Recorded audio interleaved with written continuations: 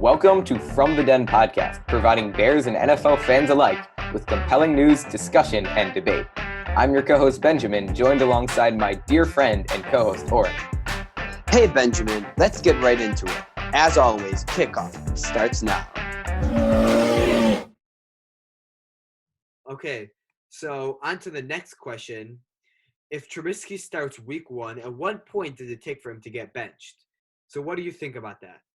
If Trubisky starts week 1, well, it really depends on his play. This is hard to say based on no actual statistics from this week 1 performance. But I would say I think that Foles will be in at quarterback week 5 or later.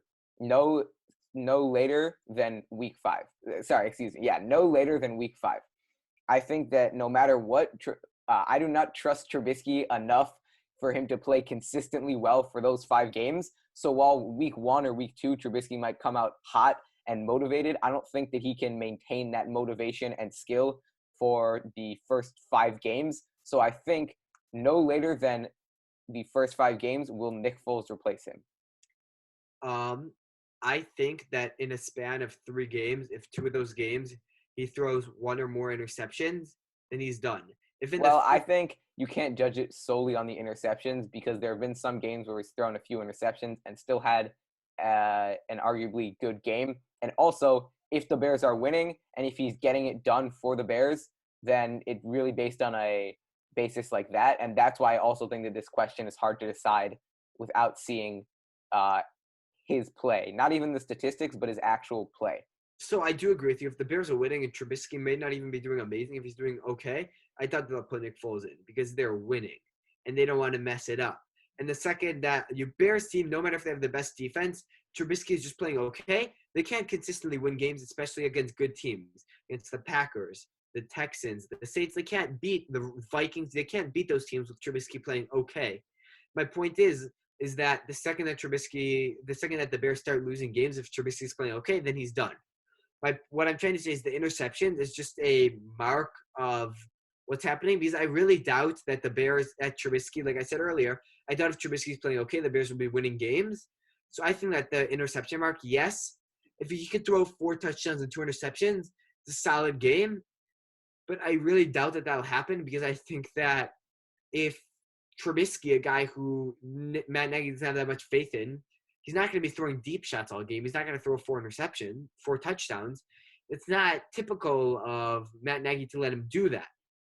And I get that there have been a few games that Trubisky has done that, but I think that for Matt Nagy, he won't really be able to let him do that. And I think Nick Foles, like if you watch the Vikings game last year, week 4, it felt like Chase Daniels was playing well, but it felt like a different offense. It felt like Matt Nagy was calling different plays that worked. It felt like all these plays, receivers were getting open. Another big question in the 2020 season will be how much confidence Nagy has in Trubisky, meaning how many throws he has him throw, if he's doing deep shots or more screen passes, like you were just saying. That'll be very interesting to see, and we will cover Matt Nagy's relationship with these quarterbacks in a later episode. Yeah, so what I will say is that I think that Matt Nagy and Mitchell Trubisky's relationship, it may not be bad, but I think Matt Nagy's given up hope. You can tell by the way he speaks about Trubisky, it just seems like he's done with Trubisky. And Nick Foles, on the other hand, Nick Foles knows the Bears system better than Trubisky. Nick Foles will be able to step in whenever and play well. He is Chase Daniels, but more skilled. Matt Nagy will be able to open up his whole offense. And when you look at it, when teams are losing, who do you blame?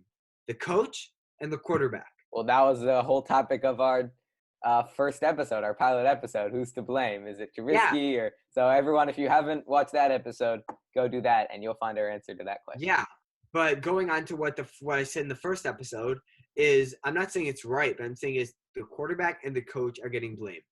And the quarterback could think, oh, okay, Matt Nagy's not calling great plays for me, but the quarterback can't say, oh, I want to be benched. He's not going to say that. Matt Nagy can say, oh, Trubisky isn't good. I can't call good plays for him. I'm done with this. I want to go and start Nick Foles. And it seems like Ryan Pace throughout this whole offseason, by getting Nick Foles, has more faith in Matt Nagy than Mitchell Trubisky. it seems like he thinks that, okay, I would rather have Matt Nagy on my team than Mitchell Trubisky. And that's why they traded for Nick Foles. And I think that if Matt Nagy comes to a point where he says, I am getting blamed for all of this, my reputation is going down, I can't deal with this anymore, I want Foles in, Pace will say, okay, we'll go put Foles in. And then once Foles comes in, first of all, Trubisky's confidence will be gone. But second of all, I think that Matt Nagy will be able to do this whenever he wants. And I think that obviously Ryan Pace will be a bit hesitant to do it. But when they played the Rams last year, he got a rib injury. He got hurt, a small little rib injury. He played the whole game, and then they put in Chase Daniels. Matt Nagy didn't do that to say, oh, he's hurt, I don't want him to be hurt for the next game. He said, I don't want Trubisky as my quarterback. He made that call during the game, and he didn't care what Ryan Pace said. And you would think that if he made that call, and like what I said is if he made that call and it was not an actual rib injury, don't you think that Mitchell Trubisky wouldn't be playing the next game? But the next game he played, and he finished off the whole season. My point to what I was saying is since he finished off the whole season, it was Ryan Pace telling Matt Nagy, we're finishing off this whole season, seeing how it ends with Trubisky. We're not putting in Chase Daniels. And I think that by the Rams game, Ryan Pace and Matt Nagy gave up hope. They were done with hope. And they said that, you know what, maybe Chase Daniels could win us a few more games. Maybe not even a few more games. Maybe one more game. But at what cost? At the cost of not knowing if we have a good quarterback on our hands. Right. They needed to evaluate Trubisky for the next season. Exactly. And first of all, I think that Mitchell Trubisky or Chase Daniels, I think that Mitchell Trubisky would win more games for the Bears than Chase Daniels.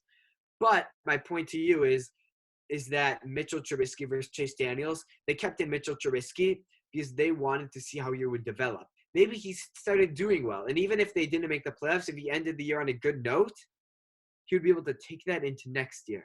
And they probably wouldn't have traded for Nick Foles. They might have waited a bit. And then, you know what? They might have even signed Andy Dalton at this point. Cam Newton. They wouldn't have traded a fourth-round pick to get Nick Foles.